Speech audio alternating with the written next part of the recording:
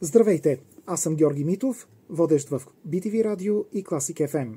За мен е огромно удоволствие да ви представя любимата ми италианска книга. Това е книгата «История на Рим» от Индро Монтанели.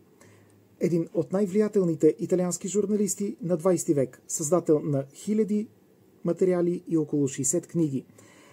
С какво е интересна тази книга? Тя ме впечатли по своята образност, по своята живост на изказа, по това, че е разбираема, но същевременно историята на Рим може да бъде полемична, дори присмехулна.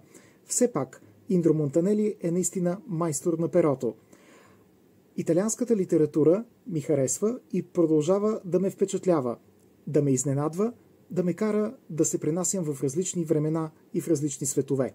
Ето защо ви съветвам да четете повече италианска литература и, разбира се, да се вдъхновявате. Книгите са истинско удоволствие за всички вас. Това е начин да пътувате във времето. Вашето пътешествие може да започне с История на Рим от Индро Монтанели. А вие четете повече.